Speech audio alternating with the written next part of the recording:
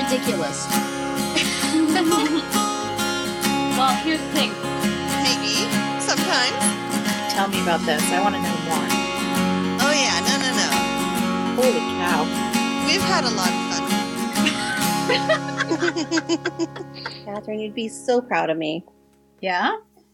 Yes. Because you know how I don't like to walk, right? Yeah, I do know that.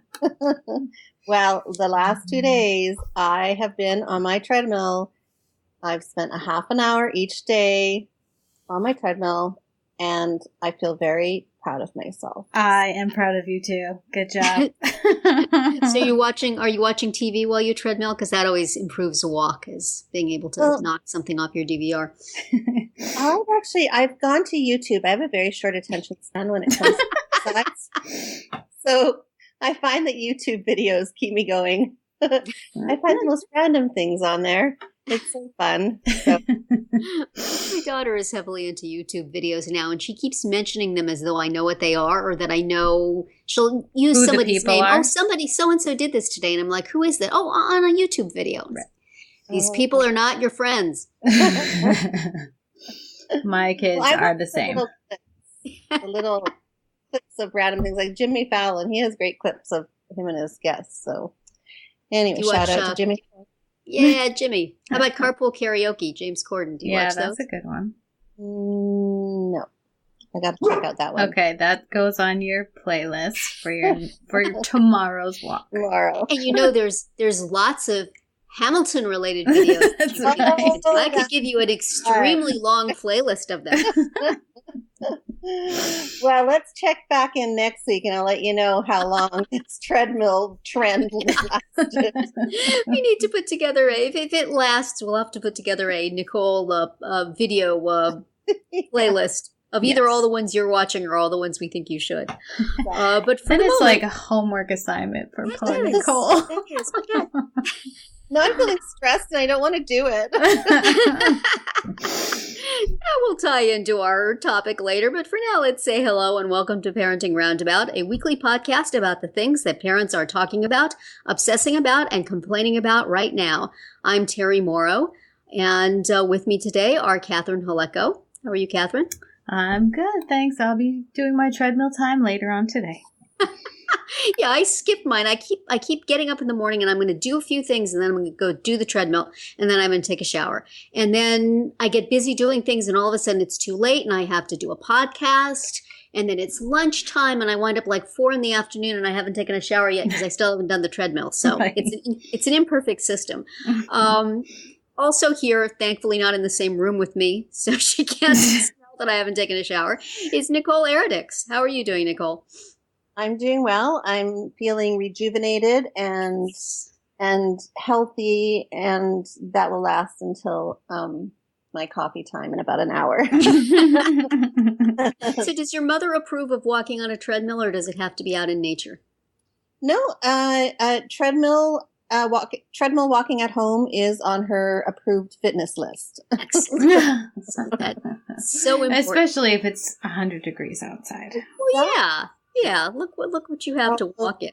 Today it's winter is coming because it is 73 degrees out today. Ooh. Yes, about at the point where I used to take my wool sweaters out. You know what? My daughter did that this morning. She came downstairs in a wool sweater and leggings, and she's like, "It's cold." And you said, "What kind of Canadian are you?" Really, really. Get those shorts back on, girl. Slowly but surely, we will turn her into a American. Well, today on the podcast, we are going to talk about decision-making in our families. We're going to discuss the pros and cons of school schedule changes and shout out some stuff we like on the Roundabout Roundup and hear an interview with Catherine and me about the new ABC sitcom Speechless, which I am very excited about. But first, how is the school year starting out, y'all? You've had a couple of weeks now, both of you? Mm-hmm. Is it everything you dreamed it would be? It's everything I dreamed it would be and what I dreaded it would be. That's often like, more for example, yesterday involved both a soccer game and a hockey practice.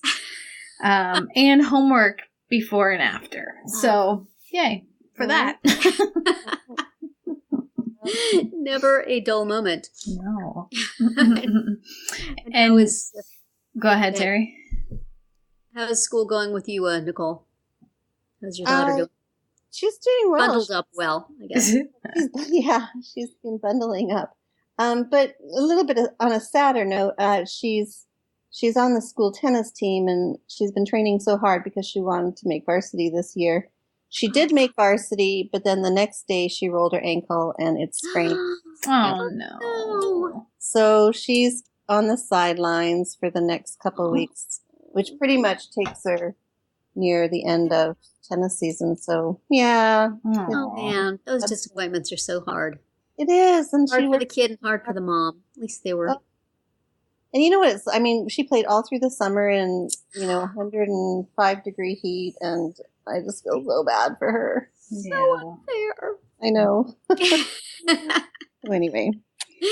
Yeah, well, the decision to put kids in sports and the decision to pull them out when they're injured and all those other decisions are decisions that so often fall to moms. Yes. To be the bad guy or to be the instigator. Why don't you try this, honey? And why don't you stay in it until I say you can quit? So, today we're going to start our discussion with decisions. Catherine, you've been struggling with this. Yeah. So this started because the other day I had to deal with a last minute sick day decision. Are you sick or aren't you? Are you sick enough to stay home from school or not? And I was ranting to my podcast friends about having to make that kind of decision. And the way it happens, practically every day, not the sick thing, but, something. Yes. Many, many times per day. And often, either when I haven't had any breakfast yet, or I'm in the middle of doing 5 other things, or, there's always some, life or death matter that has to be decided by me right now. And it stresses me out.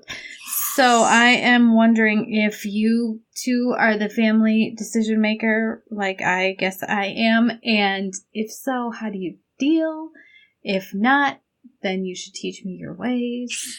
I guess I find sometimes that it's easier to just make the call versus making someone else do it. Yeah. So is that the way it works for you, Terri, usually? Oh, yeah. I mean, I am absolutely the decision maker. I do not deal with it well at all. I both insist on making the decisions because I don't think anybody else can make them right, and resent people for not making them for themselves. So it's like, I can't win, they can't win, nobody can win. Right, decisions are stressful.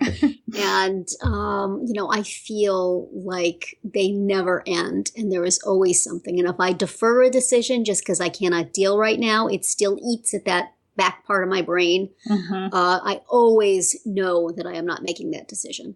And if I do make a decision, then I second guessed it constantly. So no decision ever ends. I think the part that is so hard is just the relentlessness of it. Yes. And everything seems to have equal stakes. Like, yes. The decision on, what we're going to eat for dinner, or whether or not I should, go on the treadmill an hour later is just like it's so compounding, I guess. Yeah, it really does. Fortunately, my husband does make the decision about what to have for dinner. But, you take something like insurance, which is just endless decision making. Mm-hmm. What plan do you pick? Which doctor do you go to? How do you which pharmacy, how do you put this particular claim in? Should you go for this? Should I call them today? Should I call them tomorrow? It's just, and the thought of having to teach somebody else how to do that. Yeah. My kids now, I would like to get them to take that stuff over for themselves, as indeed I did when I was that age. But I can't figure out how to explain the 5,000 nuances involved in handling that. We all develop our certain style. We know what to say. We know when to call. We know who to bug. And so it's like once you take on that burden of decision making, you never lose it. It's always there. And I really would like if there could be like a decision holiday where just, for these 5 days, there will be no decisions made. But I know it will even happen. And, even if we go on vacation, you think, wonderful, a peaceful vacation where nothing to think about. Except I'm always the one who has to plan what we're going to do. Right. And then if anybody's unhappy about what we do, then I get mad. It's my fault. Everything is my fault. If the plane is late, if there's traffic, if we stop at the wrong fast food joint and they don't have what you want. Mm-hmm. It's exhausting, isn't it? Yes. And yet I think we have one Zen master of decision making amongst us. Oh, Nicole, tell us your ways. Show us how we might follow. Honestly, I bow down to you. Well, unless you want to be a self-doubting, over-anxious kind of person who doesn't. We're that already. I'm a very emotional decision maker, and I'm not very logical, and so I learned early on that it's best to defer some of the bigger ticket items to my husband, who is very pragmatic, and he's a planner. He thinks things through, does the pros, the cons, the whole 9 yards. So, and I mean, like, I still take care of like everyday little things, but even, I don't know, he's pretty good about, we kind of share that workload, or he takes on most of it for the big things. So, and you don't second guess his decision? You're fine with them? I'm fine with that. Yeah, he's made some pretty good decisions, other than our dogs. Is she in the room when you say stuff like that?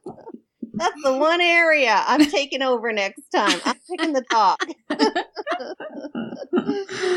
Oh, yeah. That must be nice. Do you have any sort of mantra that you repeat to yourself while other people are making decisions to keep you from, not just jumping in and doing it for them? Well, I'm like typically a very passive person, so I'm pretty good, and so if I don't like the decision, then I get passive aggressive about it.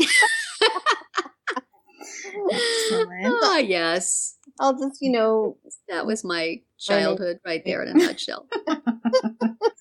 Well, now, do either of you ever try other strategies to reduce decisions in your life? Like, the Steve Jobs thing of wearing the exact same outfit every day, or, eat the same breakfast, or, just try to eliminate some decisions. Has that ever worked for you? Yeah. I love that idea. I don't think that I could carry it through. I think I start that like about 10 times a day, and then I never follow through with it. So it doesn't ever work, but I support the idea. In concept, I think it sounds great. Have you been able to do that, Nicole? Do you wear the same skirt every day?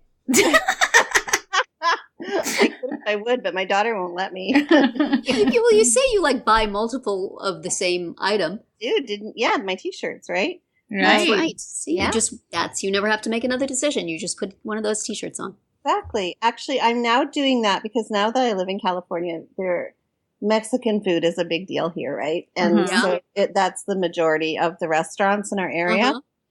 I don't know Mexican food at all outside of what's on the Taco Bell menu. And so, because I grew up in Canada. And so I go to Mexican dish of choice is just a chicken and cheese quesadilla. So wherever we go, if we're going out for Mexican, or if I'm at my friend's house, whatever, if it has to do with Mexican food, I'm just going to make it easy on myself because I know that I like that. And I'm not really ready to try anything else yet. Yeah. So that's a safe choice. That's my my one little choice that I take out of, stress that I take out of. That's true. Mm-hmm. That's a good way. Guys? Well, and Terri, don't you have, this isn't your decision because you don't do the cooking, but isn't there like a meal rotation? There is. So see, apparently my husband is good at that. Right. At reducing decision making to a formula. Mm-hmm. And we do have, we order out one night a week, and we have a list of places we go, and we go through them in order. So every week it's, okay, which one is up next? And we do that. See, that's so I a guess good that idea. is helpful. Yeah. But in my personal stuff, or in the bigger picture things, it is harder to do that. Yeah. I do have a pile of things on my chair that I pick out clothes out of. Does that count? I will always dress out of the pile of things on my chair that have not been put away. And that's how my daughter gets dressed, I think. Pretty sure. Every now and then you just take the entire pile off the chair and put it in the wash. Right. Well, and the other day I told her, because the laundry is in the kitchen, and so when all the clothes are clean and folded and stacked, and they're sitting in the kitchen, and then there they stay, until someone finally brings them upstairs. And so day after day, take your stuff upstairs, take your stuff upstairs, take your clothes upstairs. I can't stand looking at your clothes anymore. Take them upstairs. And so finally I said, you have 24 hours, which is more than enough time. Yeah. Whatever is left in here is becoming mine, and you will have to buy it back from me. And she just looked at me like, what? Are you? I'm serious. Take it upstairs, because I can't stand it any longer.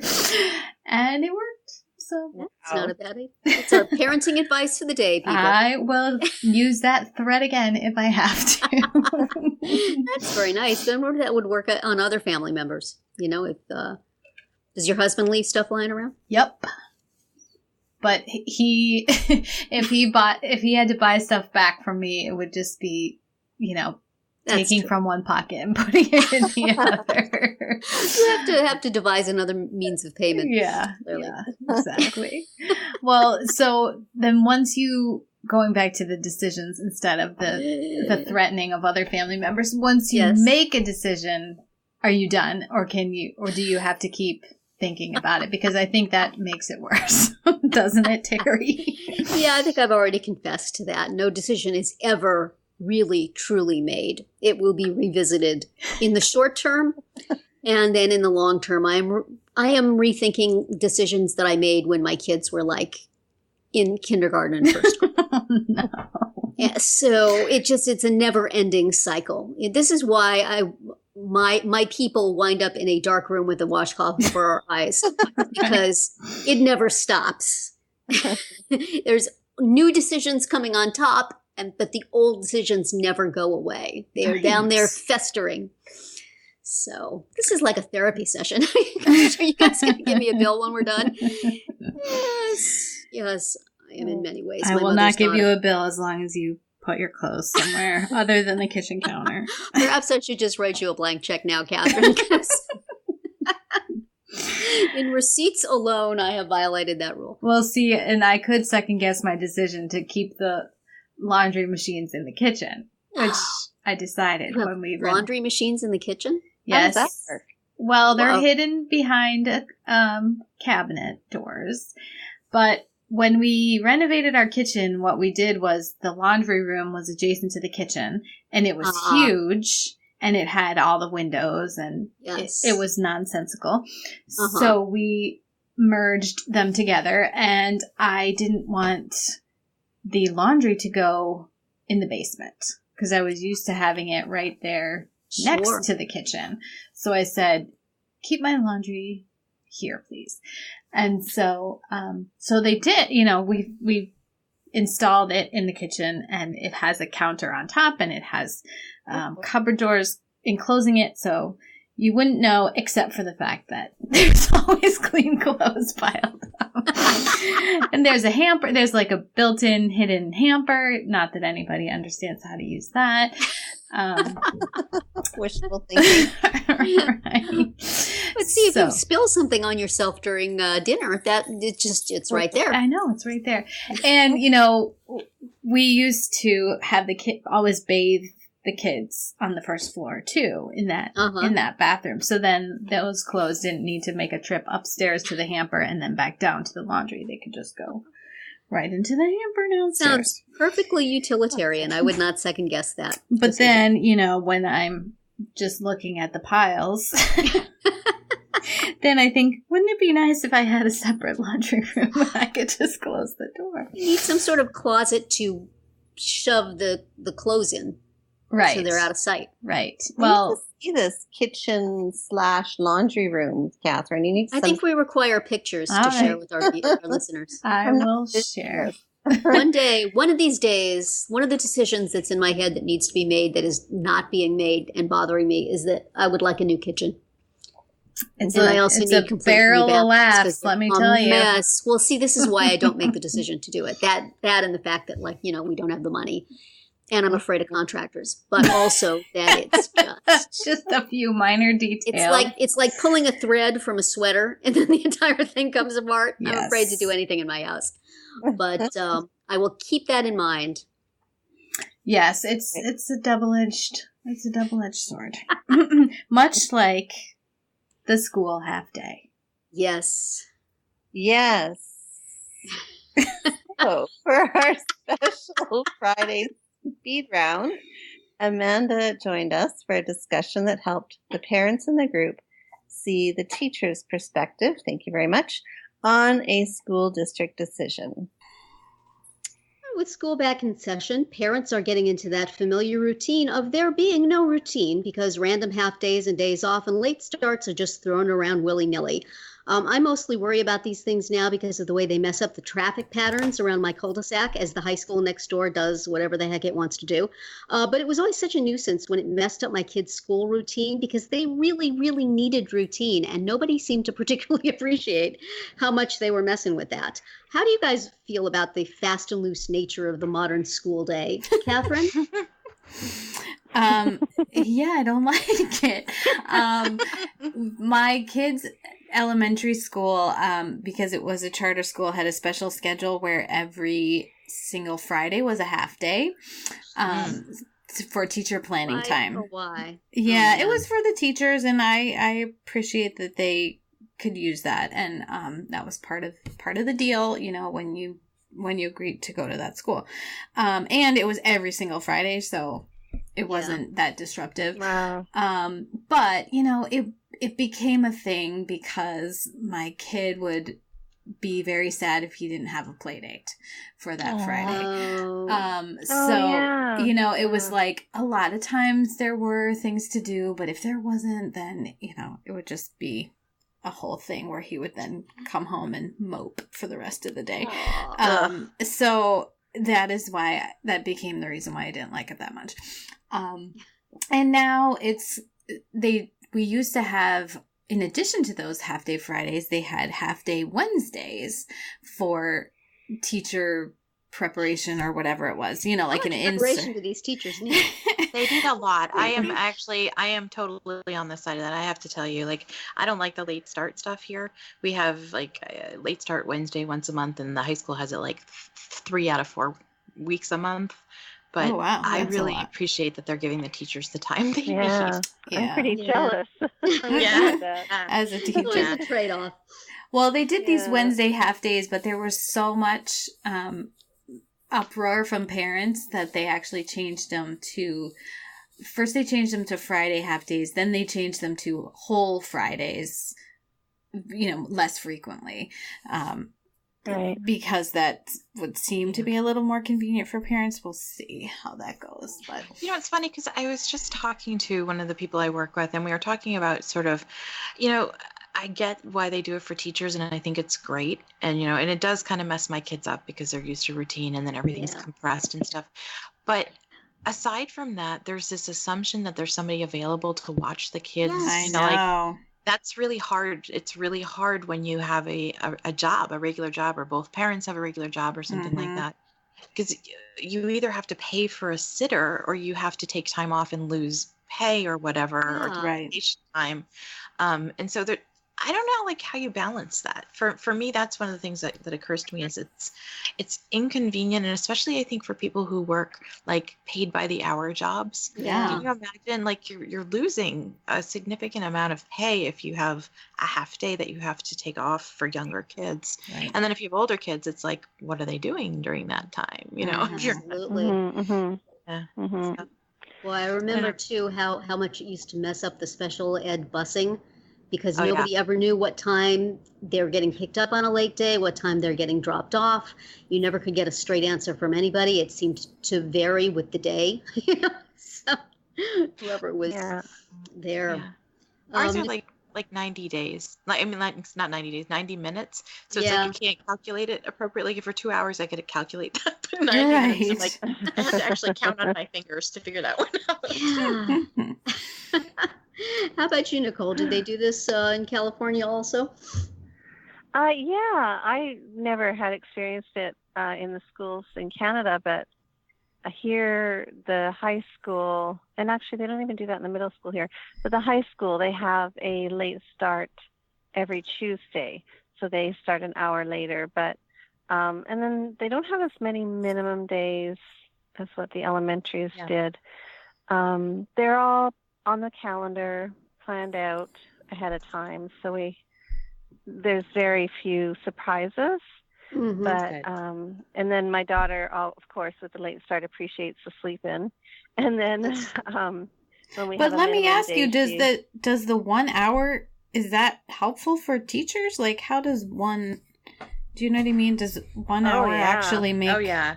Okay. Yeah. I mean, a lot of prep done in 1 hour. Yeah.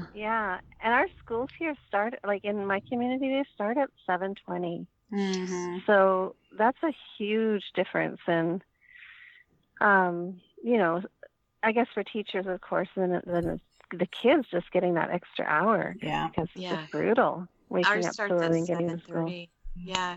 And all the research is showing now that kids need more sleep. Like they should be starting high schools later. Yeah. I can't believe too early. All the research. Sorry, guys. But you know what? An extra 5 minutes. A teacher can do wonders in an extra 5 minutes in a day. Would the teachers like to sleep like 50 minutes later and then just come in for 5 minutes? No. Awesome. No. We're like, we use every single second, and we multitask. We've got the photocopier running. And then you have 5 minutes to use the bathroom while everything's running copies. Yeah. I mean, like, woo. You can plan a whole day's worth of work in an hour.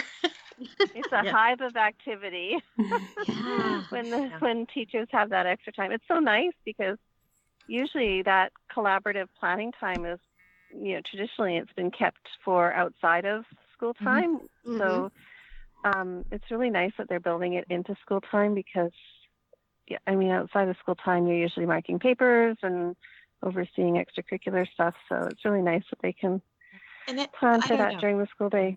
For me, it makes me feel really confident that my school district is sort of keeping up on professional development opportunities too, without making teachers do it outside on their own time, which I think is exactly. Yeah. So I don't know. Yeah. I think maybe Nicole and I are a little biased in that regard. Sorry, folks. Yes, you're going to have to deal with your kids for an extra half an hour, extra half day, but we need it. We'll provide time. School can't provide free babysitting or anything. Yeah. Throw a couple of paras in the gym. You're still disrupting the kids' routine then, though. That's the problem. That's true. Yeah. Also, you do not want a whole school of kids in the gym for an extra hour. Probably that is not going to help anybody. Yeah. The gym is particularly disorienting for some kids, but oh well, you know what? Everything good has a bad side, I guess. So and everything bad has a good side, I guess. There you go. That's a better way to look at it. And remember, you can hear a new speed round every Monday through Thursday, and Amanda's on all of them. Okay, and now we bring you some things we've read or seen or used recently that we want to shout out and share with you in a segment we call the Parenting Roundabout Roundup. Catherine, what have you rounded up for this week? Well, as has been mentioned on this podcast, like practically every week, if you use Amazon, you might want help making decisions about what to buy there. Mm-hmm. And there is a site that's also a Chrome plugin that's called reviewmeta.com, review, M-E-T-A. And I first heard about it on coolmompicks.com, and I tried it out for myself, and it's very helpful. It is you can either go to the site and plug in the URL of a product that you're looking at on Amazon, and a few other sites. They do have a couple other places that they work with. Or if you're on Amazon and you have the Chrome plugin, you can just click a button and it'll take you to their review of the reviews of the product on the site. So it'll tell you whether it looks at a whole bunch of metrics about all the reviews for the product, and will tell you whether they think people, the reviews are real or fake. Oh, cool. Nice. And it's like it's like probably a dozen different criteria that they check to see whether it's legit or not. And then they'll give you an adjusted star rating. So they say, okay, the original rating on Amazon was 4 stars. Our adjusted rating is like 3.8 or 3 or whatever. So that you can know whether you're getting the real deal, the real answers. Very useful. Yeah, I think it's helpful. Nicole, what have you rounded up for this week? Well, I've been using this app for quite a while because when I drive my daughter to school, we listen to the radio. And when I turn around to come back home, one of my favorite segments on my favorite radio station starts. But I pull into the garage and it's still going. Yeah. And so I either have the option of sitting in the car for the next 20 minutes finishing listening to this segment, or I don't listen and I come in the house and I miss it. So I discovered the iHeart Radio app, which streams, there's about a minute delay, but it streams radio stations. So you can just go in there and plug in your favorite radio station and away you go. So I pull into the garage, I transfer my, I listen to the app from my phone, and then I can walk into the house still listening to my show. You could even go on the treadmill and listen to your show. There you go. And you know what else you can listen to on iHeartRadio? Parenting Roundabout podcast. Parenting Roundabout. Yes, we are on iHeartRadio, and we thank them very much for letting us in. Yeah.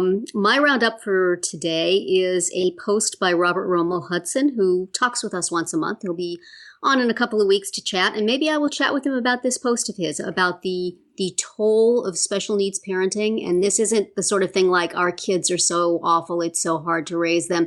It's really more the toll of dealing with other people who don't get it, about fighting for IEPs and dealing with gatekeepers who don't think that you know what you're talking about, dealing with medical professionals, just the constant, nothing is ever easy of it.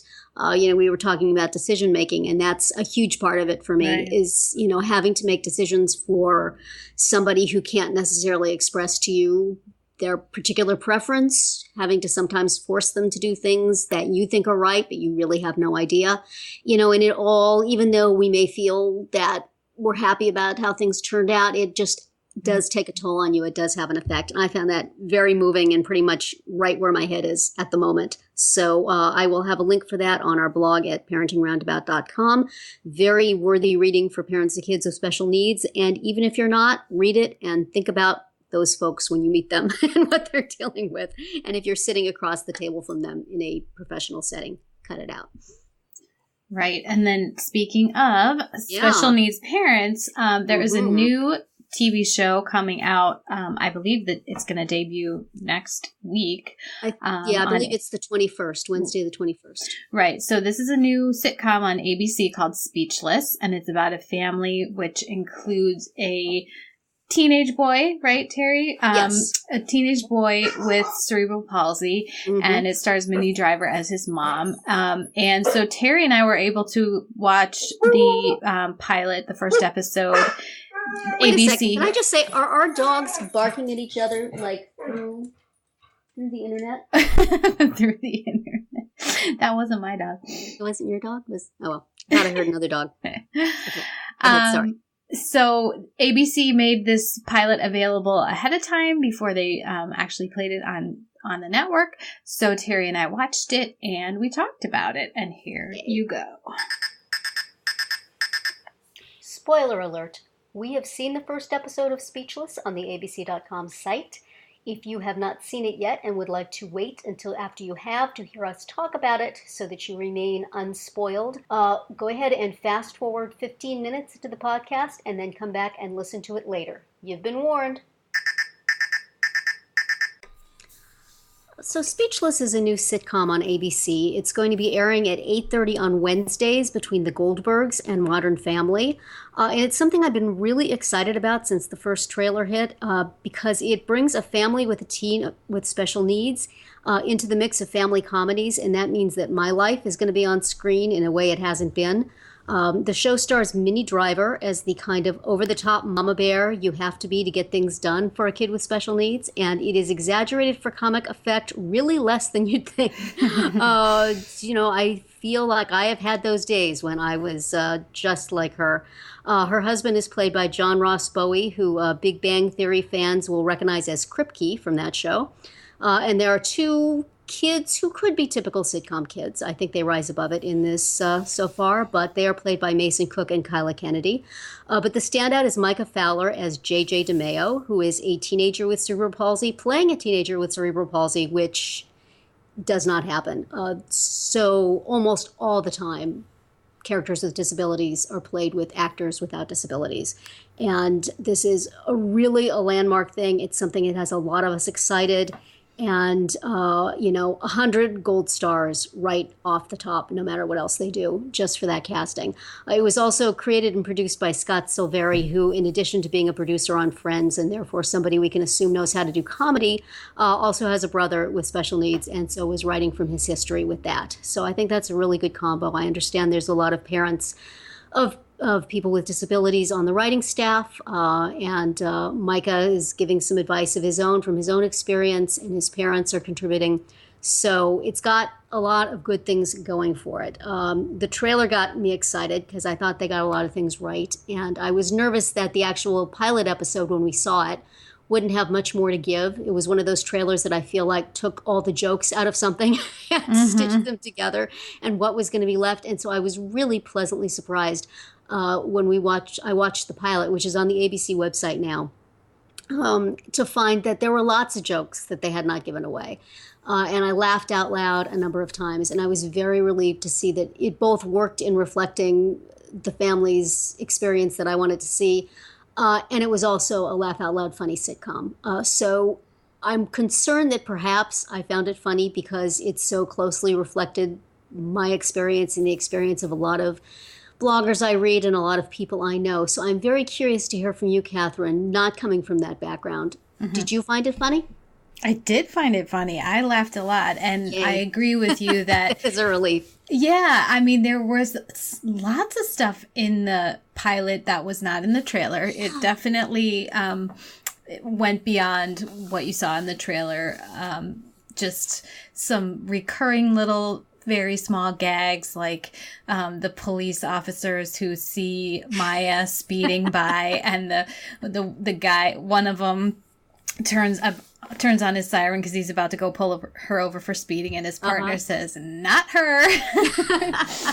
And then it comes up again later in the episode. Yeah. I really enjoyed all of the characters, the actors, except for the initial aide who's meant to be annoying. I thought she was used to humorous effect and then dispatched. The whole bit of JJ like giving her fairy godmother things to say cracked me up. Although I did kind of wonder, like, so the point, the way the story begins is that Maya has found this school where JJ can go to the school and have a full-time aide, and he won't have to be in special ed classes anymore, which is what she's excited about. But I'm a little confused as to, well, first of all, so her big thing was that he was going to have this aide. And then they go to the place and they meet this woman who, is immediately apparent is not a good fit. Right? Yeah. That was not hard to believe. It wasn't hard to believe, but to me, why didn't they just say, we need someone else? Yeah. You know what I mean? And also, I mean, I don't know if this is, like if he can use that assistive technology where he uses his eyes to pick out words on a board, could that not be something that then there's technology where it would say the words out loud for him? Yeah, there's a few things going on here. I've never had a kid with those particular kinds of needs, so I'm not sure how aids are administered. In my experience, the aides work for the school district and you take what you get. If you don't like it, you can complain and maybe they will change it and maybe they won't, but you're pretty much, you don't have a whole lot of say in that matter. Unless you may, I mean, I would make friends with the IEP people and we would sort of talk together who we wanted, but that obviously would not be a case here. In this, it seemed like the aide worked for an agency and not for the school. Right. Because she was at their house. I believe that happens. That's not something that's in my particular experience, but I will give it to them because it was funny. The payoff of the aide getting hassled by JJ and then being in the bunk bed. That's not anything that would really happen, but it was funny, and so I let it go. Right. In terms of, I thought she was going to fall out the window. Actually, yeah, I thought she was going to fall off the deck. Yeah. I'm not sure. I hope this is developed a little in upcoming episodes. I'm not sure that the gardener could just step up and be an aide. There would probably be some stuff, but I do know that I believe the reason they use the assistive technology that they did is because they wanted to bring in that character. And they wanted to have this character for JJ to interact with. Right. And so therefore they said, okay, we, in order to have that interaction and that extra character, we're going to have him use something that somebody would have to read. There probably would be other solutions for it. And I'm sure the AAC community will be having great discussions about it. Yeah. In fact, I'm looking forward to talking to Robert Rummel-Hudson about it because his daughter uses assistive technology to speak. And, but, has different issues. In fact, Micah Fowler, the actor, does speak. Yes. But, there's things that I'm willing to give them for the sake of, it's a sitcom. Right. We all, anything that we ever see that's a workplace, and if you've been in that kind of workplace, well, they never do it that way. Or, this is going to have some of those things, I can tell. But but so far, the way generalities are right enough. I thought it was really interesting that they chose to make the school sort of over the top, inclusively inviting, saying all the right inspirational stuff, rather than be aggressively, we don't want him here. He's messing everything up for everybody. That was an interesting choice, and it's a very current choice, because in the disability community, there's a lot of talk about something called inspiration porn, which is just basically being inspired by a disabled person just because they draw breath. And that was pulling on that really well. I thought, I'm going to want it to go somewhere and not just be constantly hitting that piñata because it's an easy target. But I thought it was used very effectively in the first episode. And I think similarly with the reaction of the younger brother. Yes. Getting at that question of how you treat the sibling of a kid with special needs and how the relationship with his parents changes and with his other siblings. Because I think that's, something that a lot of people might think about. But like you said, it needs to go somewhere. It needs to not just be like, oh, this poor kid, his mother doesn't love him, which is not true. And they did a good job of, I love the relationship that the dad has with everyone in the family. Good. That scene where he and Ray were sitting in the car watching cars come down a hill. Right. That was so specific. I love stuff like that. That you really kind of get their relationship pretty good from that. And I really like that character. I think he's doing a great job. And just the way he interacts with his wife and with other outsider, strangers, just everything. He's just so like deadpan and but you can tell how much he adores all of them. Yes. So I enjoyed that character. Sense of humor on everybody. I loved it when, I liked that JJ was hassling the aide and then she goes, I will not say bippity boppity boo. That doesn't contribute anything to the conversation. And the father goes, yes, it does. But, and then he moves on to the next. And then he moves on. I really liked the relationship between the brothers, that they gave the brothers, and it was definitely a big brother, little brother relationship. It wasn't a disabled brother, non-disabled brother relationship. You know, JJ was teasing his brother. He was letting his brother take the rap for something he did. And then when it comes to it, he had his brother's back. He figured out a way. He recognized the situation, and he figured out a way to resolve it. Right. You know, and that is really nice. That's giving that character a personality. He's a regular kid. He's a teenager. You know, he's got all those same things going on. So I was really, really encouraged by that. And I liked it. You know, we were talking about the inclusive aspect of the school being all over the top, gooey, inclusive, but not to the point of actually like creating a ramp for the kids to get it. Right. Which is I think, very accurate in that it's easy to do the big getting the right language, you know, getting the right mindset. The stuff that costs money is the stuff that gets neglected. You know, the practical aspect of it. That, you know, you can't make... Well, and also the kind of indifference, like, oh, we do have a ramp. Well, yeah, you have a ramp that you use for garbage. And not even noticing, not even taking a step back and going like, oh, yeah, that's not good, you know?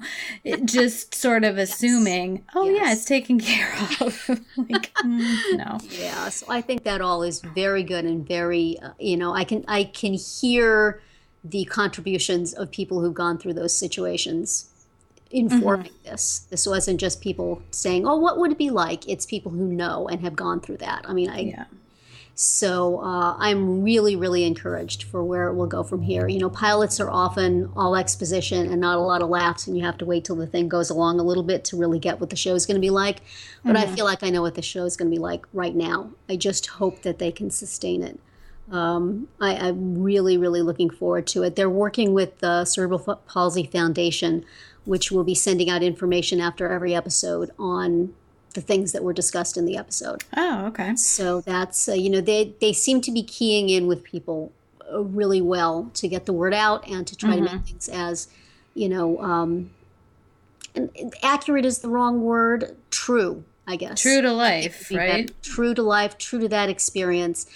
You got to make allowances for comedy. You just, you know, it's not a documentary. Things have to happen in a way that's funny. So I really, really hope this takes off. I'm looking forward to this so much. I talked to a friend about it who was also looking forward and said America is not going to be interested in this. So I'm very encouraged to hear you say that it was a show that you enjoyed. And did you? I thought of you when they had that scene at the track where the coach was just telling everybody they did an excellent job, no matter how slow they were, and the little girl being so enraged by that. I thought that was there for you. That was Catherine's little bit of a little sports parenting, youth sports thrown in there. Yeah, she's great too. That character, the little sister. She's not like a, you know, angelic, annoying sitcom child. Yeah. Then they were all in their same room there teasing each other. That was fun. And, I liked the idea that they're going to be in the worst house in the best neighborhood. And I saw an interview with Minnie Driver and John Ross Bowie where they were saying that maybe they have the worst house ever on television. And quite possibly. But they used it effectively for humor. Which is great. It wasn't just there for pathos, you know. Yeah. All the, you know, go upstairs. There is no upstairs. So go to wherever your room is. Then exactly. And I liked the way they used the carnival rides. I thought that whole scene of reconciliation between the mother and the son, which could have been really sappy. The addition of the thing where he kept flinching and screaming really made it nice, and that he was going back and forth between that and the athletes who wanted to beat him up, which yawn, but still, I thought that was a really effective and creative way of doing that scene. There was I don't know if you know Zach Anner. He's a comedian with cerebral palsy. He had a couple of shows, and he was on a Oprah special where Oprah was going to pick the next person to have a show on her network. So he's been around for a while, and I saw a little video he did about the show, and he said that it normalizes disability without sugarcoating it, and I thought that was a good description, and I hope it continues to do that. I kind of have faith that it will. So everybody, if you want to watch this show right now, you can go to abc.com. We'll have the link to it in our show notes. Otherwise, it will be on at Wednesday at 8:30. I believe the cast may be live tweeting it, so you may want to go back and watch it again then. Oh, okay. And see what they do. If you go to the ABC website, you'll have an opportunity to sign up. Give your email address to the Cerebral Palsy Foundation, who will send you information after the episodes to learn more about it. So let's keep an eye on this one, Catherine. See how it goes. Yeah, looking forward to it. Nicole, are you there? I am. And for our final segment today, we are doing a little shameless self-promotion and directing you to some things on our sites that we think you should take a look at. Terri, what have you got for us this week? Yeah, I had myself a little rant today on a Tumblr blog I have called Too Old for Cool.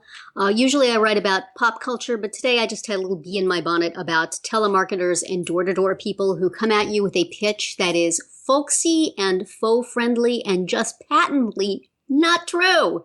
And I don't understand why they do that. And I ranted about it for a little bit. So I will have a link to that if y'all would like to go and read my rant and rant back at me. Good. Catherine, what have you got for us?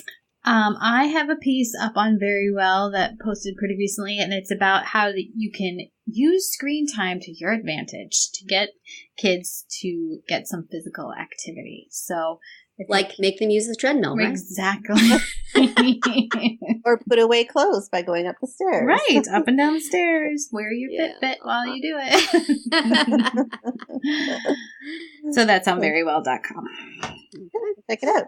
And I just have I'm going to recycle a piece that I wrote, a couple of years ago now, but it is relevant to this time of year because kids are going back to school, and some children who, or some families and teachers who are wanting more inclusive opportunities for their students and kids might want to check out this article because it's 10 easy changes that teachers can make to facilitate inclusion. So, and that's up on my website, theinclusiveclass.com. Great. Well, that's going to be it for this week's episode of Parenting Roundabout. We hope you enjoyed it and that you'll join us every week. You can listen to podcast episodes on parentingroundabout.com or download it from iTunes or iHeart Radio, as we heard, and several other podcast providers too. So please subscribe so that you can get all of our podcasts and mini podcasts. You can follow us on Twitter too. I am at About Family Fit. Terri is at Mamatude. Nicole is at Nicole Eridix, and Amanda is at Amanda Morin. You can also follow the podcast itself on Twitter. That's at Roundabout Chat. And look for us on Facebook, Pinterest, Tumblr, YouTube, and Instagram. But best of all, you can stop by our blog at parentingroundabout.com and you can read recaps, find links on all the stories we mentioned, and talk back to us in the comments. Thanks to John Morin for providing our in and out music, and I wish everyone a great week.